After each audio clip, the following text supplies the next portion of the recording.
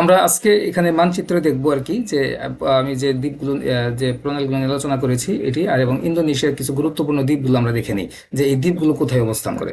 প্রথমত হচ্ছে আপনারা এখানে স্ক্রিনে ছবি দেখতে পাচ্ছেন, এটি হচ্ছে ইন্দোনেশিয়ার সুমাত্রা দ্বীপ। এই সুমাত্রা দ্বীপের এই অঞ্চলটি হচ্ছে উত্তর দিক, এটি হচ্ছে দক্ষিণ, এটিকে যদি আমরা পশ্চিম এটাকে পূর্ব বলবো আর কি। ঠিক আছে, তাই ইন্দোনেশিয়ার উত্তরে রয়েছে বঙ্গোপসাগর, এই যে বঙ্গোপসাগরের অংশটি, এবং এর পশ্চিম দিকে রয়েছে ভারত মহাসাগর, দক্ষিণ পশ্চিমে পুরাটাই হচ্ছে ভারত মহাসাগর। ঠিক আছে, দক্ষিণ পশ্চিম পুরাটাই ভারত মহাসাগর এবং উত্তর দিকে বঙ্গোপসাগর। আর পরবর্তী এখানে কি আছে আমরা সেগুলো দেখবো।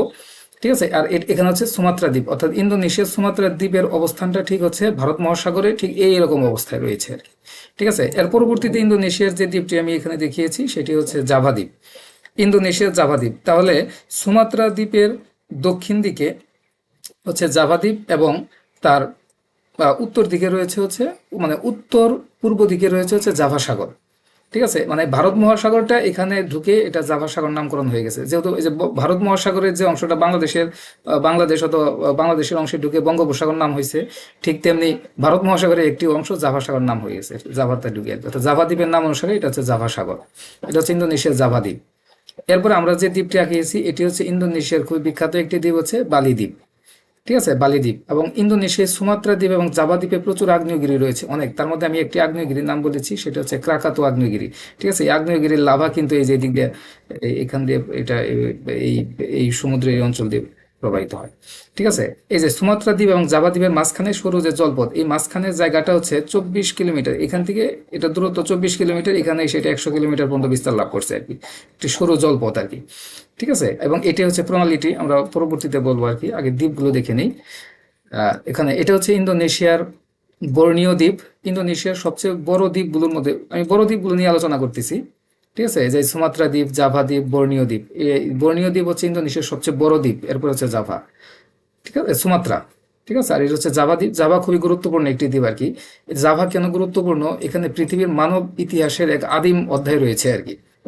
হ্যাঁ, আপনারা জানেন যে পৃথিবীতে মানুষের মানে মানব সভ্যতার, মানুষের উৎপত্তির যে মানে বিভিন্ন ফসিল, হ্যাঁ, এই জাভা দ্বীপে রয়েছে। শুধু তাই না, ডাইনোসরের বিভিন্ন ফসিলও এই জাভা সাগর থেকে উদ্ধার করা হয়েছে আর কি, এই দ্বীপ থেকে আর কি।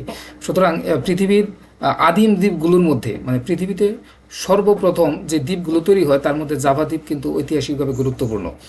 ঠিক আছে, এই কারণে জাভা দ্বীপের নাম এতটাই মানে প্রচলিত বা সুপরিচিত আর কি মানুষের কাছে। আচ্ছা, এরপরে হচ্ছে আমরা ইন্দোনেশিয়ার যে আরেকটি দ্বীপ দেখার, এটি হচ্ছে সেলিবিস দ্বীপ। ঠিক আছে, এবং সেলিবিস দ্বীপের পূর্ব দিকে রয়েছে প্রশান্ত মহাসাগর, উত্তর দিকে প্রশান্ত মহাসাগর, এদিকে দক্ষিণ চীন সাগর চলে গেছে, আর এদিকে হচ্ছে সেলিবিস সাগর। সেলিবিস দ্বীপের নাম অনুসারে এটার নাম হচ্ছে সেলিবিস দ্বীপ আর কি। খুবই গুরুত্বপূর্ণ একটি বিষয়, এবং এটার মাঝখান দিয়েও কিন্তু একটি প্রণালী চলে গিয়েছে, আপনারা দেখতে পাচ্ছেন। ঠিক আছে, এবং ইন্দোনেশিয়ার এই যে এই দ্বীপটির নাম হচ্ছে পূর্ব তিমুর, এবং এই দ্বীপটির নাম হচ্ছে পশ্চিম তিমির। ঠিক আছে, যে বালি দ্বীপের কাছেই, বালি দ্বীপ থেকে এটি পূর্ব দিকে রয়েছে আর কি। ঠিক আছে, এরপরে হচ্ছে আমরা আরেকটি হালমাহেরা দ্বীপ, যে খুবই গুরুত্বপূর্ণ একটি দ্বীপ ইন্দোনেশিয়ার, হালমাহেরা প্রশান্ত মহাসাগরে। সুমাত্রা এবং জাভা কিন্তু ভারত মহাসাগরে, বর্নিও এবং সেলিবিস, হালমাহেরা এই দ্বীপগুলো হচ্ছে প্রশান্ত মহাসাগরে, পূর্ব তিমুর, পশ্চিম তিমুর এগুলো সব প্রশান্ত মহাসাগরে।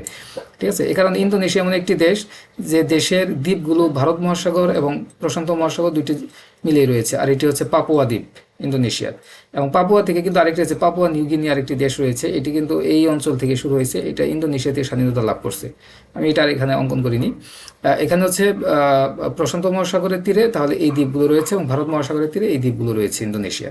ঠিক আছে, এরপরে হচ্ছে এই পুরো হচ্ছে প্রায় 17,000 দ্বীপের সমন্বয় হচ্ছে ইন্দোনেশিয়া। আমি এখানে কয়েকটি দ্বীপ দেখিয়েছি, এরকম প্রায় 17,000-এর উপরে দ্বীপ রয়েছে, হ্যাঁ, যেটি ভারত মহাসাগর এবং প্রশান্ত মহাসাগরে পড়েছে ইন্দোনেশিয়া এই দ্বীপগুলো আর কি।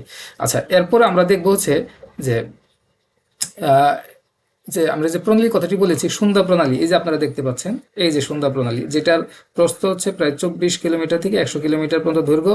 সুমাত্রা দ্বীপ এবং জাভা দ্বীপ দুইটাকে এরা পরস্পর থেকে পৃথক করেছে এবং সংযুক্ত করেছে ভারত মহাসাগরকে জাভা সাগরের সাথে। ঠিক আছে, তাহলে সুন্দা প্রণালী কি করেছে, পৃথক করছে সুমাত্রা দ্বীপকে জাভা দ্বীপ থেকে, এবং সংযোগ করেছে ভারত মহাসাগরকে জাভা সাগরের সাথে।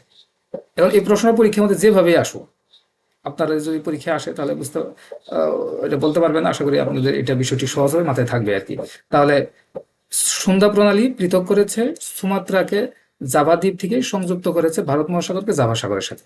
সে সহজ কথা।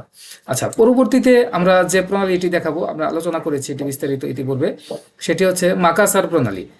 যে মাকাসার যে প্রণালীটি, মাকাসার প্রণালী এটি পৃথক করেছে ইন্দোনেশিয়ার বর্নিও দ্বীপকে সেলিবিস বা সুলাওয়েসি দ্বীপ থেকে, পৃথক করছে সেলিবিস দ্বীপ থেকে। তাহলে ইন্দোনেশিয়ার দুইটা দ্বীপকে পৃথক করেছে মাকাসার প্রণালী, সংযুক্ত করেছে সেলিবিস সাগরকে এই প্রশান্ত মহাসাগরের সাথে। ঠিক আছে, এরা পরস্পর সংযুক্ত করেছে, অথবা বলতে পারি যে জাভা সাগরকে সেলিবিস সাগরের সাথে সংযুক্ত করেছে। তাহলে মাকাসার প্রণালী এটি মোটামুটি অনেক বড় একটি প্রণালী। তাহলে এটা যদি আমরা বলি যে এটি সংযুক্ত করছে সেলিবিস সাগরকে প্রশান্ত মহাসাগরের সাথে, এটাও ঠিক আছে, অথবা জাভা সাগরকে সেলিবিস সাগরের সাথে, এটাও ঠিক আছে। পরীক্ষা যেভাবে আসুক আপনারা বিষয়টি বুঝতে পারছেন যে আসলে মাকাসার প্রণালী এটি কোথায় অবস্থা। ঠিক আছে। আচ্ছা, এর পরবর্তীতে আমরা যে ছবিটি দেখিয়েছি সেটি হচ্ছে মালয়েশিয়া। এই যে এটা হচ্ছে মালয়েশিয়া, দক্ষিণ চীন সাগরের তীরে অবস্থিত। এটা হচ্ছে চীন, চায়নার অংশটি আমরা মানচিত্র এখানে দেখাইনি। ঠিক আছে, এই যে মালয়েশিয়ার অংশটি, এটি হচ্ছে মালয়েশিয়া। বর্নিও দ্বীপের সাথে মালয়েশিয়ার যে প্রধান অঞ্চলটা এটা, আর মালয়েশিয়ার এখানে, এবং দক্ষিণ চীন সাগরের তীরে মালয়েশিয়া, এই তিনটার দ্বীপের সমন্বয় হচ্ছে মালয়েশিয়া। মালয় উপদ্বীপ বলে যেটাকে আর কি। ঠিক আছে, প্রশান্ত মহাসাগরের তীরে, দক্ষিণ চীন সাগরের তীরে।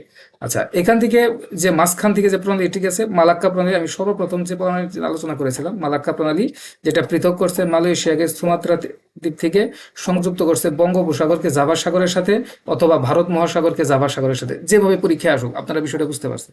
এটা কিন্তু এভাবে থাকতে পারে, বঙ্গোপসাগরকে জাভা সাগরের সাথে, এটাও কিন্তু ঠিক, ভারত মহাসাগরকে জাভা সাগরের সাথে। এখন পরীক্ষার মধ্যে যদি দুইটা অপশনই থাকে, ভারত মহাসাগরকে জাভা সাগরের সাথে, বঙ্গোপসাগরকে জাভা সাগর, তাহলে আপনারা লিখবেন যে বঙ্গোপসাগরকে জাভা সাগরের সাথে, কারণ ভারত মহাসাগরের এই অঞ্চলটা বঙ্গোপসাগর নামে পরিচিত।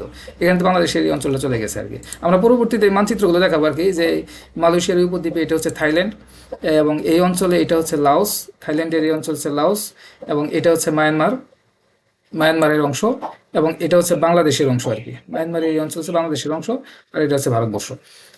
ঠিক আছে, আর এটা হচ্ছে আন্দামান নিকোবর দ্বীপপুঞ্জ বঙ্গোপসাগরে আর কি। তাহলে হচ্ছে যে মালয়েশিয়াকে সুমাত্রা দ্বীপ থেকে পৃথক করছে হচ্ছে এই মালাক্কা প্রণালী, সংযুক্ত করছে বঙ্গোপসাগরকে জাভা সাগরের সাথে, তথা ভারত মহাসাগরকে জাভা সাগরের সাথে। যেভাবে আসুক না কেন, আমি আপনাদের ছবিটা এখানে দেখিয়ে দিয়েছি, আশা করি আপনারা বিষয়টি বুঝতে পেরেছেন।